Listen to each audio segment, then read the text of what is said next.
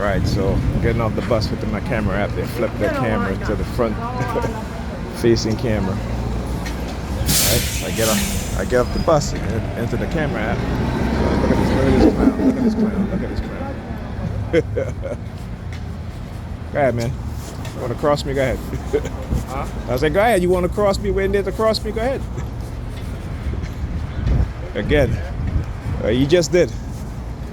All right. So again, you know, they try to be slick with their target. Like I said, they get the Sambos and the Sambinas.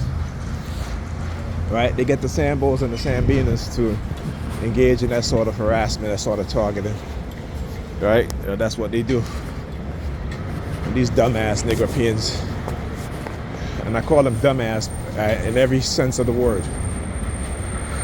I've been telling them for years, right? We are too reactionary, right? While the white supremacists, the liberals, and the conservative plot to dilute our political power, right? To dilute our minds, right? To manipulate our minds, to get us to separate from each other, right? Using economics. Economics is one of their greatest tools. Religion and economics, okay? But the one thing we don't quite understand is not only economics and religion, but technology, right? Technology is one of the things that we tend not to know about or focus on. All right, know about or what to focus on, because we are too busy in the churches. We are too busy trying to be somebody else.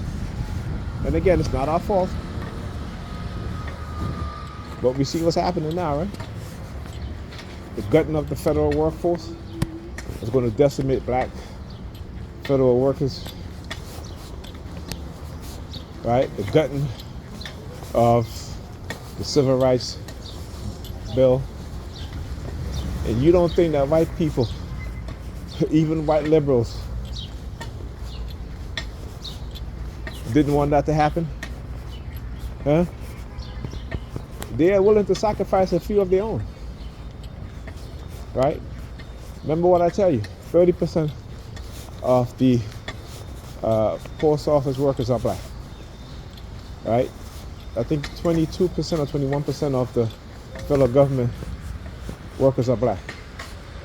So who is going to feel it the most, right? Who's going to feel? See, the conservative, the white race conservative, they lie. They put black people as, hey, black. There's so many black people in the federal. When you go look at the numbers of who works in the federal government, the vast majority are white men and white women.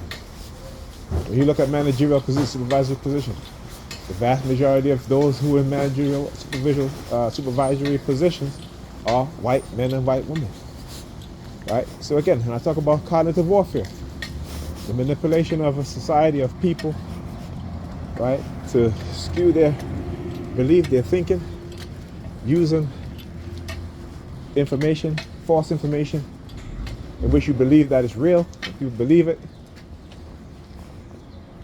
right? So they even use it on their own people. But ultimately, it is we, black people in this country, who are going to be harmed the most. Okay? This is what we don't understand. And like I said, because we live in a liberal city, our minds tend to be so indoctrinated with this bullshit because we live close in proximity to white people that it ain't happening here. When we know for decades, you know, New York is the most segregated schools have the most segregated schools in the nation. But somehow we tend to overlook that as it's not being serious, right? Somehow we tend to overlook that. We tend to gloss over that. And the good white people, why are they not in court, right? Why are they not in court trying to do away with the segregation in the New York City school system? Right? You guys love to talk about, you know, I have white friends and, you know, and the good so-called good white people, like I have black friends or what have you. Yeah, but it's different when it comes to tearing down the walls of racism. It's different when it comes to tearing down the white supremacist system. No, they want to leave that intact. But it's okay because you know what? They can sleep with you. They can have dinner with you. They can marry you. Can work alongside you. But when it comes to giving you equal rights, true equal rights, they're not for that. They're not for that. Understand that. All right? Talk to you guys in the next video.